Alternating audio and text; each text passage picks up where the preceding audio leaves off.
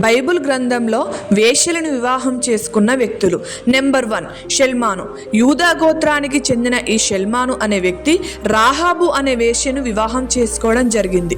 ఈమె ఎవరంటే నూను కుమారుడైన యెహోషువ వేగుల వారైన ఇద్దరి మనుషులను ఎరికో పట్టణమునకు పంపినప్పుడు రాజువారికి వేగుల వారి గూర్చి తెలియకుండా ఉండుటకు వారిని తన ఇంటి మిద్దె మీదికి ఎక్కించి జనుప కట్టెలో వారిని దాచిపెట్టిన రాహాబు అను వేశ్య. ఈమె తన క్రియల చేత విశ్వాసాన్ని చాటుకుంది.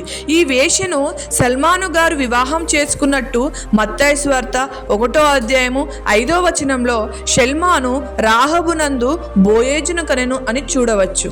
నెంబర్ 2 హోషేయ.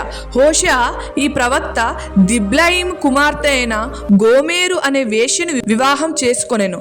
మరి ఎందుకు హోషేయ అనే భక్తుడు ఒక వేశ్యను వివాహం చేసుకున్నాడంటే హోషేయ గ్రంథం 1వ అధ్యాయం 2వ వచనం. యెహోవా హోషేయకు ఇలాగు చెప్పెను, ఈ జనులు యెహోవాను విసర్జించి బహుగా వ్యభిచరించి ఉన్నారు గనుక నీవు పోయి వ్యభిచారము చేయు స్త్రీని పెళ్లి చేసుకొనుము అని చెప్పారు.